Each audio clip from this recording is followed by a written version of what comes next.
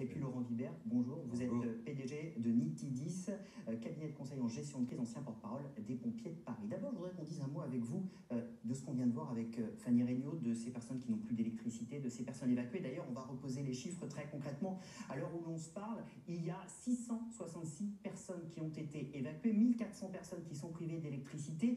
Enedis, fournisseur d'électricité, dit qu'on pourrait monter jusqu'à 14 000 personnes privées d'électricité dans les prochaines heures et les prochains jours.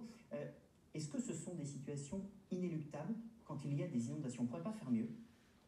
Alors, on peut toujours faire mieux, mais il y a deux notions. Les chiffres semblent importants, ça reste quand même des valeurs faibles. Et de plus en plus, les organisations, les collectivités, les communes, les préfectures se sont mobilisées et mettent en place un dispositif de plus en plus adapté. Donc pour ces personnes-là, c'est toujours un drame. On le sait, une inondation est quelque chose de très pénalisant, d'impactant, on le sent bien. Pour autant, l'organisation des secours, la mise en place de dispositifs, la prévention, et aussi les informations qui sont données, sans jeu de mots, au fil de l'eau à la population, avec des conduites à tenir par les préfectures et les services de secours, ce sont des facteurs déterminants. Donc oui, on peut mieux faire, mais c'est surtout aussi, et j'essaie de le rappeler le plus souvent possible, notamment sur BFM TV, qu'il est important que les gens prennent en compte aussi ces risques-là qui sont liés à leur domicile, à leur localisation. Donc l'anticipation, la préparation, y compris aussi pour les entreprises qui sont sur le tissu de la zone inondable, de se préparer, d'anticiper et d'être actif, proactif aussi, de ne pas attendre tous des secours et de l'organisation des préfectures, puisque sinon on n'arrivera pas à faire mieux. Alors effectivement, Laurent Vibert, avec vous, je voudrais qu'on évoque avec vous aussi évidemment la façon dont on se prépare, dont on anticipe tout cela. On a vu là les communes limitrophes, ces départements qui sont déjà inondés. On parle aussi beaucoup de Paris parce qu'il y a des monuments importants aussi qui sont concernés quand on parle des crues à Paris. Les monuments qui ont déjà pris des mesures de prévention, il y a plusieurs musées qui l'ont fait. Et puis on a voulu reprendre, regardez cette carte de Paris. Ça, c'est la carte des zones inondables qui est basée notamment sur 1910. Il y a la Bibliothèque nationale de France, il y a Notre-Dame de Paris, il y a la Tour Eiffel, il y a l'Arc de Triomphe. Et puis on a mis le ministère aussi des Armées. Moi, dans cette carte, il y a deux éléments qui m'interpellent. La Bibliothèque nationale de France, 1988, la construction. Le ministère des Armées, la DGA, la Direction générale des Armées, 2016. On a construit une bibliothèque et la Direction générale des Armées dans des zones inondables. Est-ce qu'on a vraiment pris conscience du risque qu'on prenait quand on fait ça? Alors, là encore, Paris, le bassin parisien, il y a un plan particulier qui est étudié avec, lors de constructions nouvelles, une réglementation qui, justement, prend en compte cette zone inondable.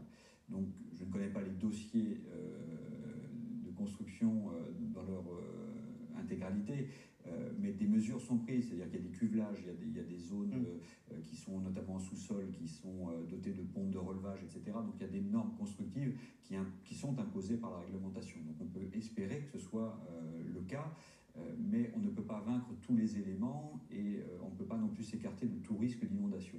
Mais en revanche, je vous le dis, il y a ces normes qui sont prises en compte. Ce qui est très important, et depuis quelques années, on a travaillé ensemble, notamment lors d'exercices avec la ville de Paris et la préfecture de police, sur l'anticipation et le travail multi-acteurs. C'est-à-dire que ce ne sont pas que les services de l'État ou les collectivités qui s'entraînent, j'allais dire, à la crue, entre elles seulement, mais c'est aussi avec tous les opérateurs. Notamment, on peut citer la SNCF, la RATP, Électricité de France, Gaz de France, toutes les voies navigables, etc., qui apprennent à se connaître, puisqu'ils ont tous aussi des contraintes, des obligations aussi de continuité d'activité, et c'est d'essayer de faire en sorte que l'ensemble de ces acteurs puissent être utiles et continuer leur cœur d'activité le plus longtemps possible, même en mode dégradé. Et ça, c'est une des grandes nouveautés de la gestion des crises des années 2015-2030. On va essayer d'être ensemble beaucoup plus actifs de manière à protéger l'élément notamment de travail, le cœur de métier, de manière à ce que la population aussi puisse en bénéficier. Et effectivement, on a vu Matignon cette semaine qui a déclenché son plan pour que les ministères puissent continuer à travailler, même si... au même titre qu'on l'a fait pour même si elle n'a pas eu lieu pour la pandémie de la grippe H1N1, il faut se préparer à cela et ne pas être passif. Et ça, c'est important, et c'est de comprendre les contraintes de chacun de manière à essayer de trouver des solutions, limiter l'impact de l'événement, de cette crise, de cette crue.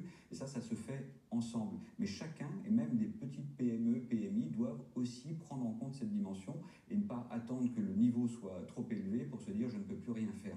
Donc anticiper, agir, se former, mettre en place un dispositif de gestion de crise, c'est ce que l'on fait aussi avec le cabinet Nitidis, de manière à former ces gens, à les aider à passer ces caps qui sont de toute façon difficiles. Alors on va poursuivre la discussion.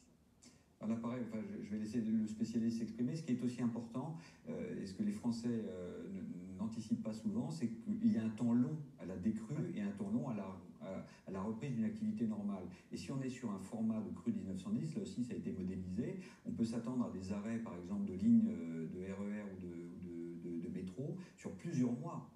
Là, on en est à quoi sur la crue qu'on connaît aujourd'hui? Combien de temps? Alors là, justement, c'est très difficile à déterminer.